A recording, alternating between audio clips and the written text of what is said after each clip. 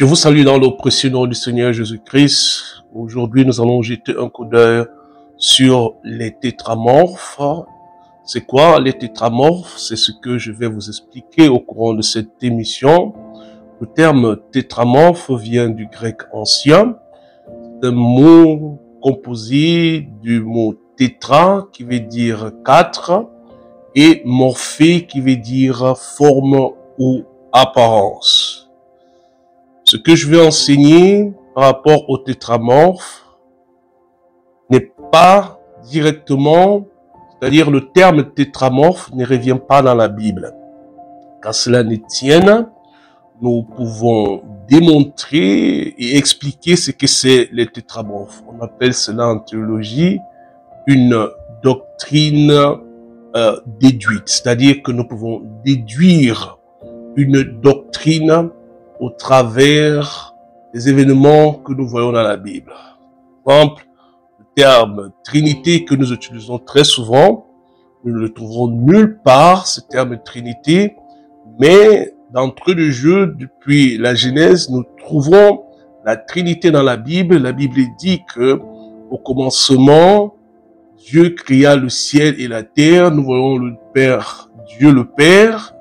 Ensuite, la Bible dit que l'Esprit de Dieu se mouvait sur les eaux. Et les eaux, c'est justement le Saint-Esprit.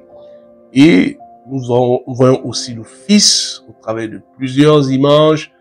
La semaine passée, nous avons achevé cette grande série d'enseignements où nous avons parlé du mystère de l'Orient. Jésus qui se cache derrière le mystère de l'Orient et aussi comme ange de l'Éternel. Nous voyons cela également dans le Nouveau Testament, dans le livre de Matthieu. La Bible dit que lorsque Jésus-Christ vint au Jourdain pour se faire baptiser par Jean-Baptiste qui était son précurseur, il était entré dans le Jourdain. Ensuite, la Bible dit qu'il a été baptisé. Lui, Jésus le Fils, est sorti ensuite du Jourdain. La Bible dit que lorsqu'il était sorti du Jourdain, il y a le Saint-Esprit qui est venu sous la forme d'une colombe. Nous voyons le Père, nous voyons le Fils et le Saint-Esprit.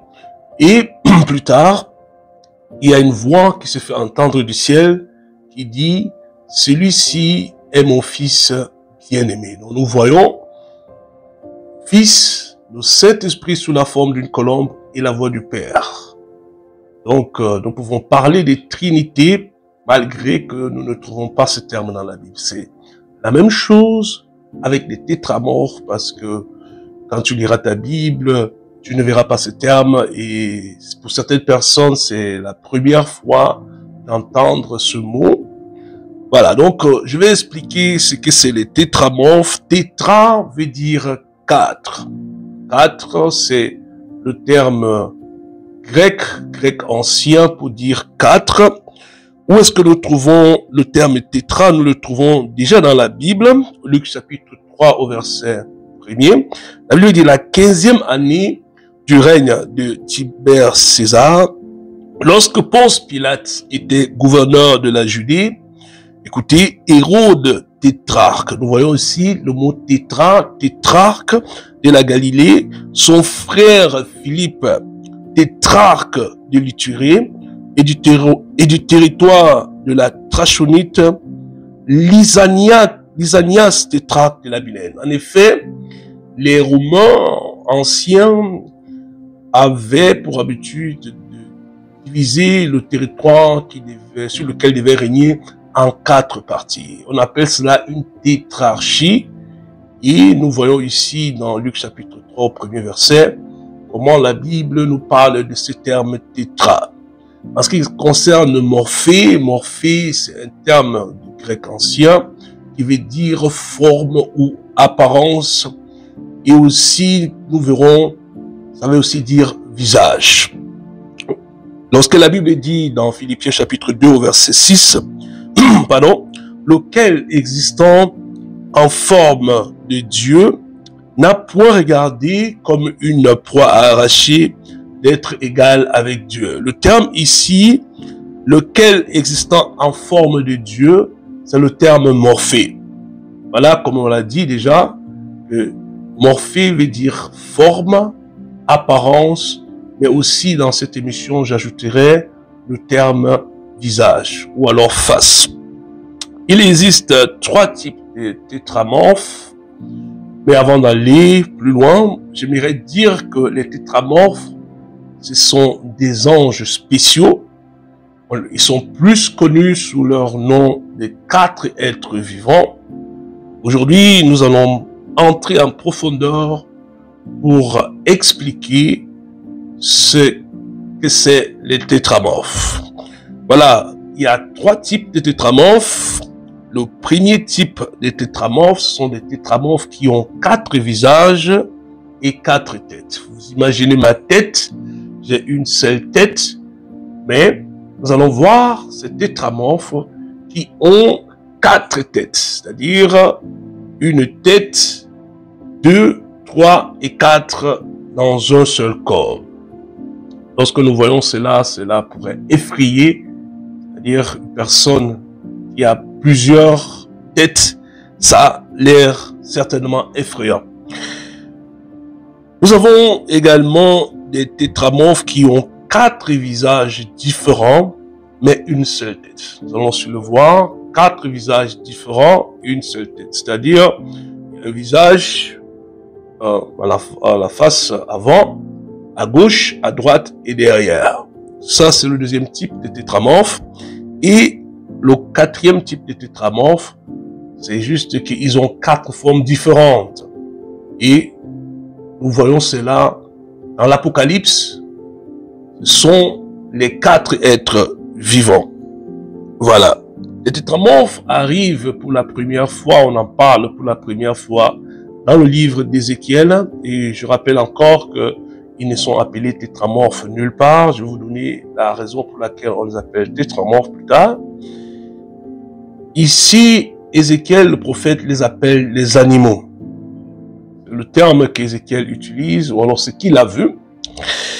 La Bible dit, en ce qui concerne les tétramorphes qui ont 4 visages et 4 têtes différentes, Ézéchiel chapitre 1 du verset 5 au verset 10, il dit, au centre encore apparaissent 4 animaux dont l'aspect avait une ressemblance humaine.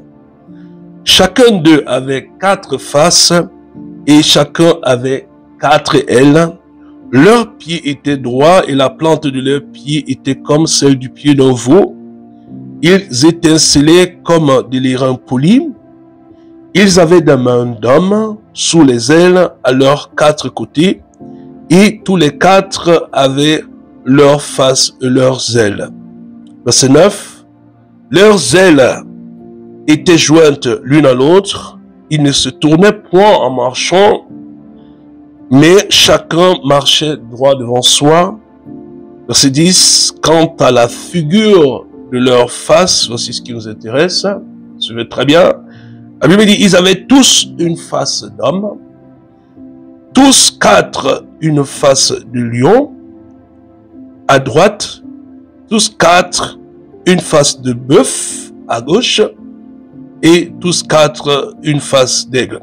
Vous allez remarquer dans cette portion de l'écriture, Éphésiens chapitre 5 au verset, Éphésiens chapitre 1, pardon, du verset 5 au verset 10, nous voyons le mot 4 revenir à plusieurs reprises. En effet, dans chaque verset, nous trouvons le terme 4. 4 animaux, nous dit Ézéchiel. L'un avait la face d'un homme, tous 4 une face de lion, tous 4 une face de bœuf à gauche et tous 4 une face d'aigle. Les tétramorphes, ce sont des anges spéciaux, ce sont des anges qui sont autour du trône de Dieu, comme on va le voir plus tard. Ce sont des anges spéciaux qui ont une certaine intimité avec Dieu. Ici, dans le livre d'Ézéchiel, Ézéchiel les voit comme des animaux qui transportent le trône de Dieu.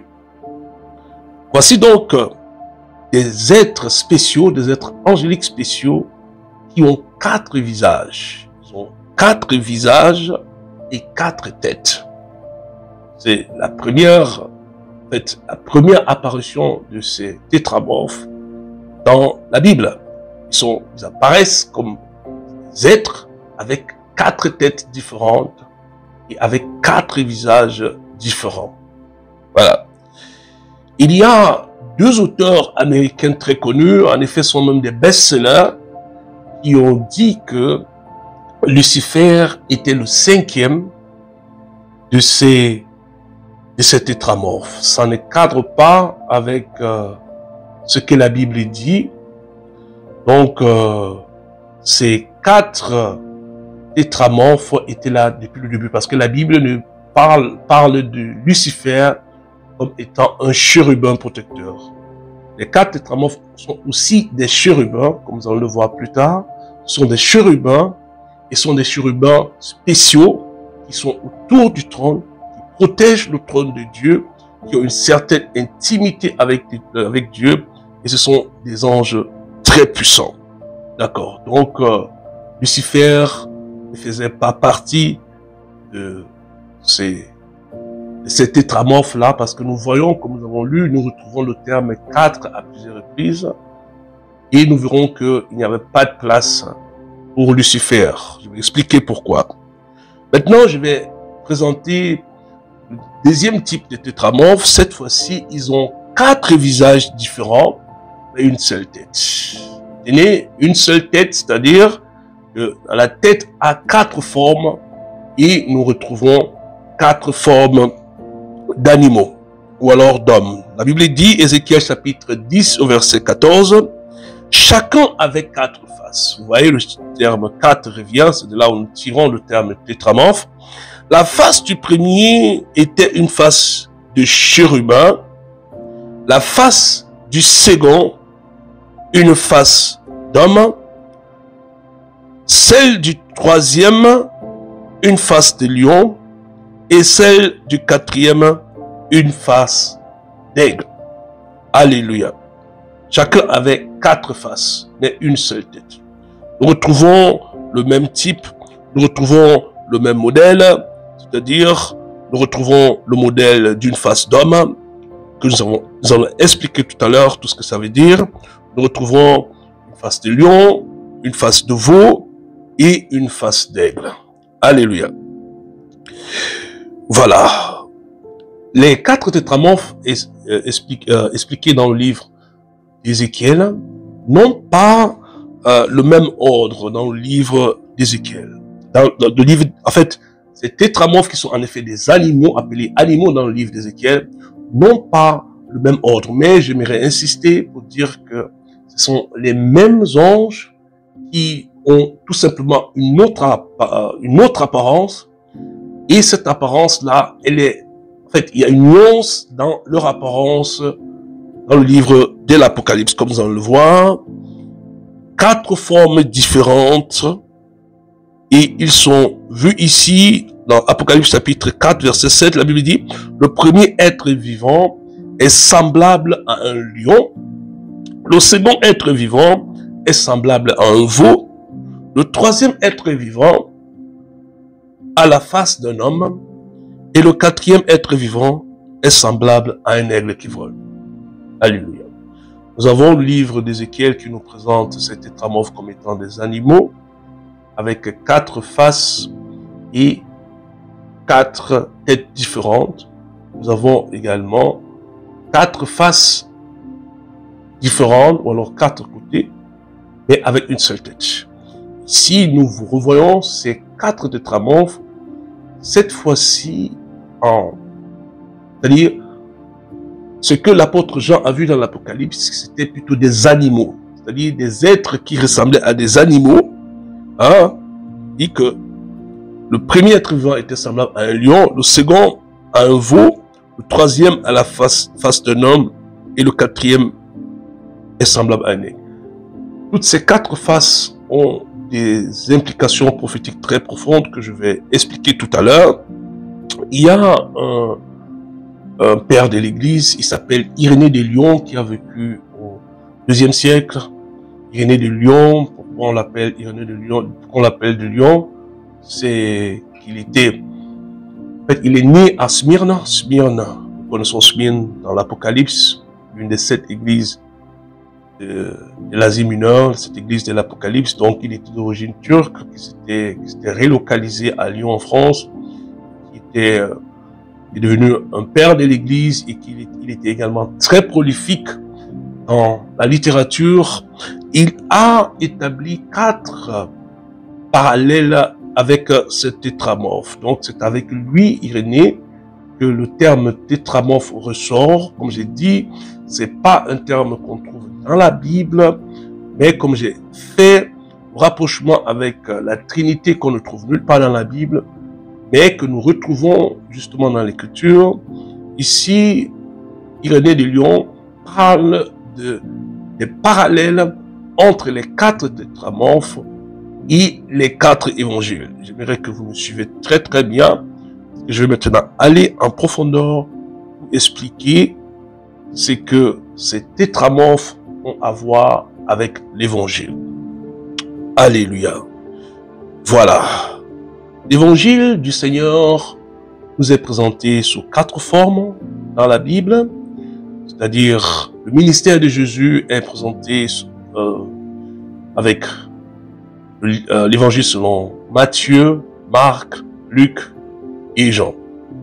Et ces 4 tétramorphes ont une implication prophétique par rapport à leur visage ou alors par rapport à leur apparence que je vais expliquer, et je lui dis que ceci, ce n'est pas de moi, je le rappelle très bien, c'est un auteur a écrit au IIe siècle qui s'appelle Irénée de Lyon, qui a posé des parallèles très profonds entre ces 4 êtres vivants et les 4 évangiles. Selon Irénée de Lyon, Matthieu, qui est le premier évangile, correspond à l'homme. Je rappelle, je relis, le premier être vivant était semblable à un lion, le second être vivant est semblable à un veau, le troisième être vivant a la face d'un homme. Donc, l'homme, ou alors la face du tétramorphe, représente l'évangile selon Matthieu, selon Irénée de Lyon. Pourquoi est-ce que l'homme, ou alors le tétramorphe avec la face de l'homme, représente l'évangile selon Matthieu? Parce que nous voyons d'entrée de jeu, bien-aimé, Matthieu commence son évangile en présentant Jésus comme un homme. Pourquoi? Il présente la généalogie de Jésus-Christ depuis Abraham jusqu'à Jésus-Christ. C'est-à-dire, il dit Jésus, fils d'Abraham, fils d'Isaac, fils de Jacob, ainsi de suite. C'est-à-dire, il traverse toute la lignée des rois de Juda que nous connaissons dans le livre des rois, 1 roi, 2 rois, également dans le livre des chroniques. Il présente Jésus comme étant le roi des Juifs, il présente l'humanité de Jésus-Christ, il présente Jésus comme quelqu'un qui est fatigué, quelqu'un qui pleure, etc. Il présente l'humanité du Seigneur Jésus-Christ. Et Jésus, pour lui, est le roi des Juifs. C'est la raison pour laquelle Irénée de Lyon attribue le visage du lion, le visage de l'homme dans le tétramorphe à l'évangile selon Matthieu. C'est Matthieu qui prend le soin de décrire qu'il y a 14 générations bien-aimées entre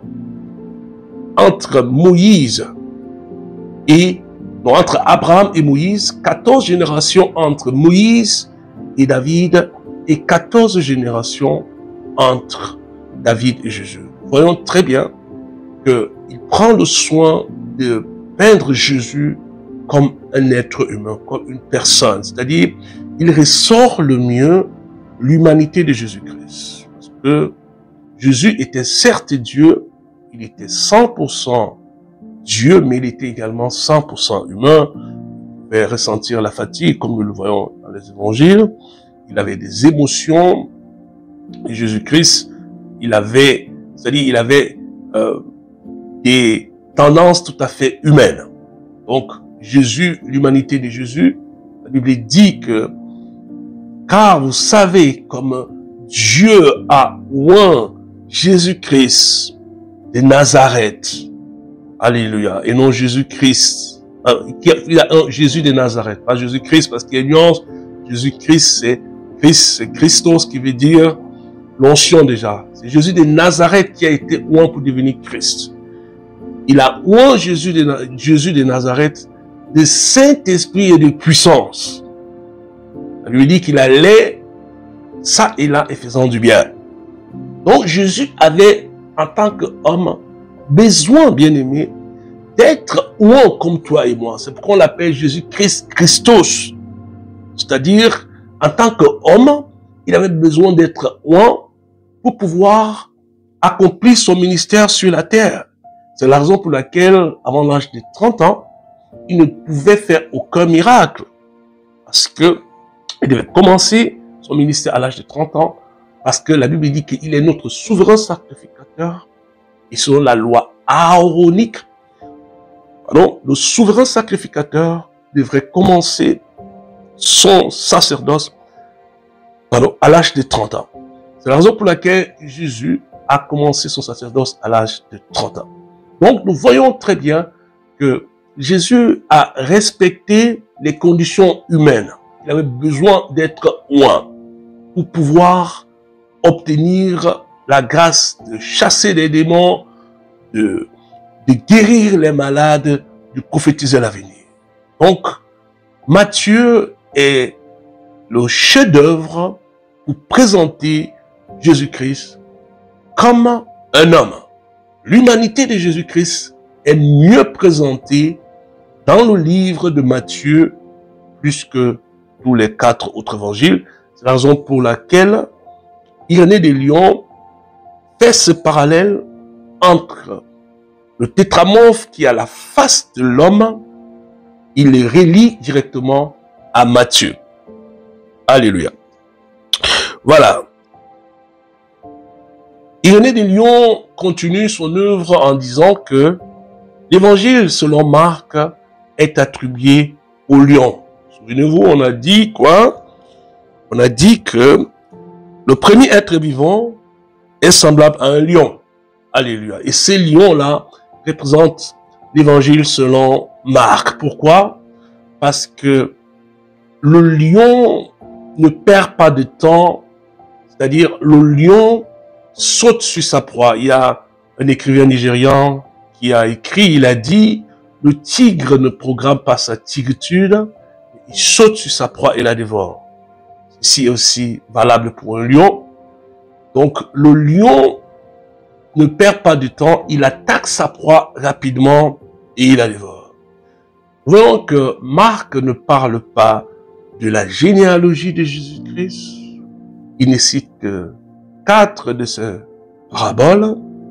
Il ne parle pas de sa naissance. Il ne parle pas de son âge à l'âge de 12 ans, par exemple, comme Luc le fera. Il présente Jésus-Christ directement comme un serviteur, quelqu'un qui est venu servir directement. C'est-à-dire, il vient servir et c'est là qu'il commence. Et j'aimerais aussi ajouter que Marc est celui qui représente mieux les miracles de Jésus-Christ. C'est-à-dire, il se focalise sur les miracles du Seigneur, sur ses actions, et il prend assez de temps pour les expliquer. En effet, Marc, l'évangéliste Marc, a été considéré, il est appelé Marc le lion, déjà, en nous lisons dans les livres de l'histoire. Alléluia.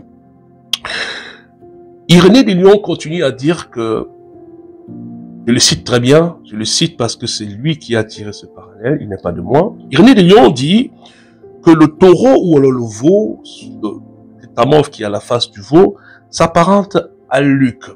Et nous avons déjà dit dans les émissions précédentes que le veau, le taureau ou le jeune taureau est l'image du sacrifice. D'accord? Lorsqu'on parle du veau, du taureau dans la Bible, cela se réfère directement au sacrifice, à l'image prophétique du sacrifice. Luc est l'évangéliste qui présente le mieux le sacrifice de Jésus-Christ.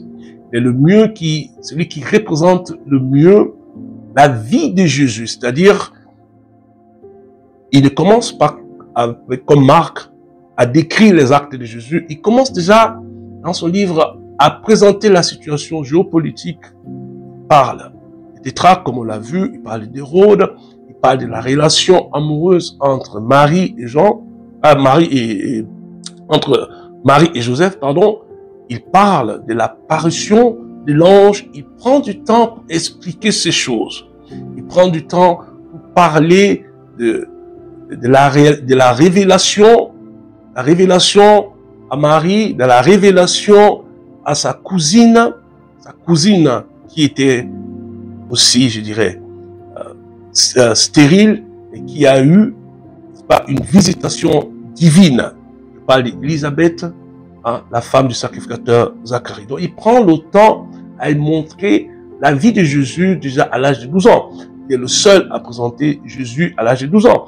Et il est celui qui présente le mieux le sacrifice de Jésus, c'est-à-dire, il parle de Joseph d'Arimathée, il parle des disciples d'Emmaüs, c'est-à-dire, il prend plus de temps pour expliquer les contours de la mort de Jésus et même après. Voilà donc, et nous constatons que dans les films de Jésus que vous avez vus, vous et moi, que l'évangile qui est choisi pour faire le film de Jésus, c'est toujours l'évangile selon Luc, parce qu'il apporte certains éléments très importants dans la vie de Jésus qu'aucun autre évangéliste n'apporte. C'est-à-dire, le vous est lié à l'évangile selon Luc. Parce que il explique très bien, ou alors le mieux, le sacrifice de Jésus-Christ. Le quatrième tétramorphe, c'est l'aigle. L'aigle, comme nous le savons déjà tous, représente le prophétique. Et le tétramorphe qui a le visage d'un aigle représente l'évangile selon Jean. Jean a fonctionné à la fin de sa vie comme un prophète bien-aimé. C'est lui l'auteur du livre de l'Apocalypse. Il représente les événements qui vont avoir lieu dans l'avenir et c'est de lui que nous avons le livre de l'Apocalypse. Donc, les 4 évangiles sont directement liés aux 4 tétramorphes, ou alors, si vous voulez, aux 4 formes des 4 êtres vivants, ou alors aux 4 visages des tétramorphes. Et ces 4 êtres vivants-là, ou alors ces 4 évangiles, représentent tout simplement le ministère de Jésus-Christ sur la terre. Alléluia. Il représente le ministère de Jésus sur la terre, représenté par ces tétramorphes. Nous avons dit que ce sont des anges spéciaux qui ne quittent jamais la présence de Dieu, qui sont toujours autour du trône et qui se déplacent avec le trône. C'est eux qui portent également le trône. Et ce trône a des roues, comme nous allons le voir, et c'est eux qui portent le trône. Parce que Ézéchiel parle des roues qui sont dans les roues. Ici, il est en train de parler des roues, ou alors des 4 roues du trône. Lorsque les animaux s'élèvent, les roues s'élèvent avec eux. Lorsque les animaux s'arrêtent, également, les roues s'arrêtent également. Donc, le trône de Dieu est porté par ces 4 êtres vivants. Le trône de Dieu est aussi protégé par ces 4 êtres vivants. Alléluia. Très bien. Ces 4 êtres vivants sont positionnés, écoutez très bien, aux 4 roues du trône, parce que le trône a 4 roues. La Bible dit, Ézéchiel chapitre 10 au verset 9, « J'ai regardé et voici, il y avait 4 roues près des chérubins, une roue près de chaque chérubin. Et ces roues avaient l'aspect d'une pierre de chrysolite. » Je disais tout à l'heure que Lucifer ne peut pas faire partie de ces tétramorphes.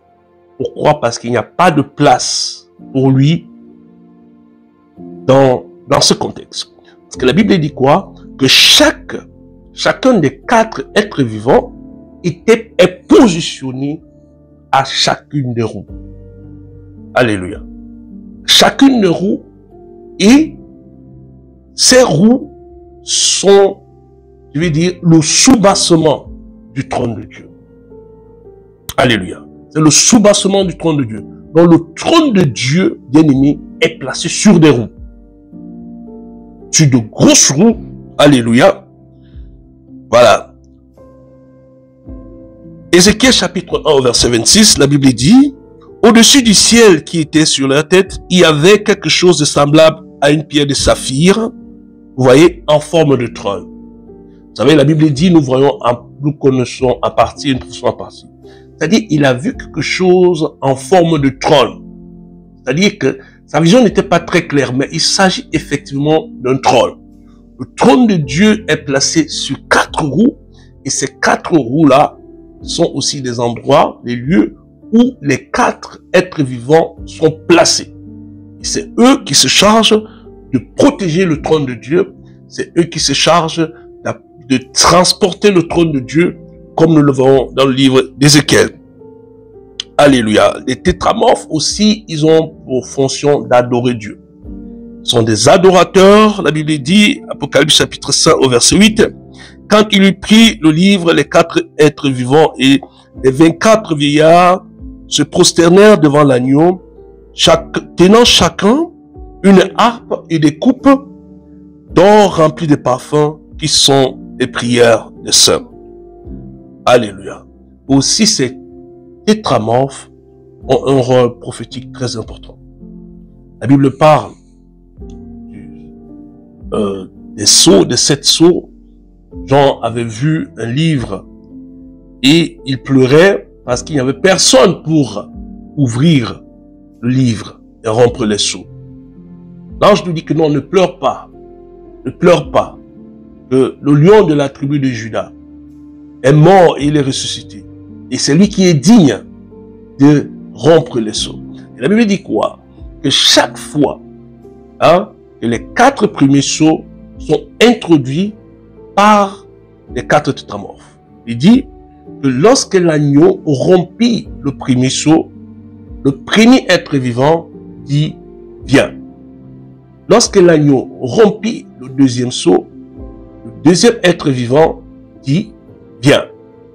Lorsqu'il rompit le troisième sceau, l'agneau, le troisième être vivant dit « viens ». C'est la même chose pour le 4e sceau. Le 4e être vivant répond « viens ». Nous voyons que les événements prophétiques, les événements prophétiques qui doivent avoir lieu sur la terre et même aussi dans le ciel, ces 4 premiers sceaux sont introduits par ces 4 êtres vivants. Nous comprenons qu'ils ont un rôle prophétique majeur à jouer parce que, comme je dis, ce sont des anges spéciaux qui sont toujours autour de Dieu. C'est eux qui ont la plus grande proximité de Dieu parce qu'ils ne quittent jamais le trône de Dieu. Ils sont les anges les plus intimes avec Dieu et ce sont des anges également très puissants.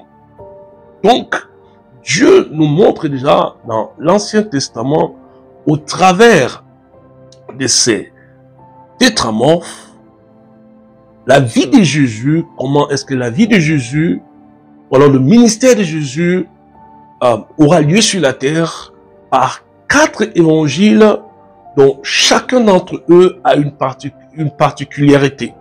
Alléluia.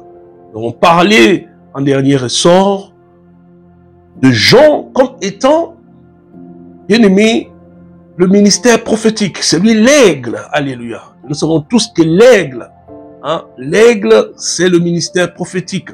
L'aigle est l'animal qui a la meilleure vision. Donc, Dieu nous montrait déjà dans l'Ancien Testament comment est-ce que le ministère de Jésus aura lieu. C'est-à-dire, ce sont des préfigurations, des ombres prophétiques pour préfigurer que le ministère de Jésus-Christ sur la terre sera référencés dans 4 ouvrages qui sont les 4 évangiles, Matthieu, Marc, Luc et Jean, qui sont eux aussi des préfigurations, des parallèles prophétiques pour montrer les différents ministères de Jésus-Christ. Parce que Jésus est venu mourir. Il est venu comme homme. Il n'est pas venu comme Dieu bien-aimé. Bien qu'il est Dieu, la Bible dit qu'il s'est dépouillé de sa divinité. Il est venu comme un homme simple. Et cet homme simple, Jésus-Christ, a été représenté dans le tétramorphe qui a le visage de l'homme. Nous avons vu également le veau, le sacrifice représenté dans le livre de Luc. Nous avons vu l'aigle qui est, n'est-ce pas, prophétique. Et ces choses sont représentées par ces 4 êtres vivants qui sont autour du trône pour annoncer prophétiquement par des images dans l'Ancien Testament. Je lui dis que l'Ancien Testament ou alors l'Ancienne Alliance, c'est l'image des choses à venir. Ce sont des ombres prophétiques qui nous permettent de mieux comprendre le ministère de Jésus-Christ sur la terre. Parce que souvenez-vous, nous avons dit également que Jésus est un prophète. Le ministère prophétique de Jésus ressort également. La femme samaritaine avait dit à Jésus, je reconnais que tu es un prophète. Nous avons déjà fait une émission sur le ministère prophétique de Jésus-Christ. Donc, ces 4 anges, ce sont des anges très spéciaux, des anges tout autour du trône. Et c'est eux qui se chargent du déplacement du trône de Dieu. Et ce trône de Dieu, nous le voyons mobile. C'est un trône qui peut se déplacer. C'est un trône que nous avons vu dans la grande série d'enseignements. C'est ces 4 êtres vivants ou tétramorphes qui avaient retiré la gloire de Dieu du temple, du très saint, pour aller à la porte d'Orient et ramener la gloire de Dieu au ciel. C'est eux, ces anges-là, qui apportent la gloire de Dieu. Voilà donc, l'enseignement sur les tétramorphes, comme j'ai dit, c'est pas un terme qu'on trouve dans la Bible, mais comme je vous ai expliqué, c'est 4 êtres vivants ou des animaux qui ont 4 visages qui ont des implications prophétiques par rapport aux choses qui doivent arriver dans l'avenir décrites dans l'Apocalypse et aussi qui ont trait au ministère de Jésus-Christ qui est représenté dans 4 livres différents. Mais Dieu nous faisait déjà comprendre que le ministère de Jésus-Christ sera référencé dans 4 livres que nous appelons les évangiles. Seigneur, je viens te dire merci pour le peuple, Seigneur, qui a été béni. Béni aujourd'hui, Seigneur, par cet enseignement. Je te dis merci, Seigneur, et je viens prier en même temps, Seigneur, pour des visitations angéliques. Seigneur, ceci est un enseignement angélique. Je prie, Seigneur, que tu puisses déployer des anges, que les anges, Seigneur, puissent visiter ton peuple. Seigneur, que tes anges puissent visiter ton peuple en cette saison pour apporter, Seigneur, de nouvelles révélations à ton peuple. Et je prie, Seigneur, pour des personnes qui m'écoutent. Seigneur, que le prophétique puisse naître encore en eux, puisse grandir encore plus fort. Que Dieu, toi qui m'écoutes, que Dieu puisse ouvrir tes yeux. Que Dieu puisse ouvrir tes yeux, que les yeux de ceux qui m'écoutent puissent s'ouvrir. Que tu ne puisses pas voir tout simplement les choses physiques, bien-aimés, mais que tu puisses également avoir la vision prophétique, la vision de l'aigle pour voir des choses qui vont arriver. Nous avons besoin de cette grâce, de la grâce prophétique pour construire et bâtir le peuple de Dieu. La Bible dit dans Éphésiens chapitre 2 que nous avons été édifiés sur le fondement des apôtres et des prophètes. Seigneur, je prie, Seigneur, que le prophétique se manifeste dans les gens pendant les rêves, se manifeste même, Seigneur, dans le sensoriel, que cela se manifeste, Seigneur, au niveau, Seigneur Dieu notre roi, des visions dans le nom de Jésus-Christ.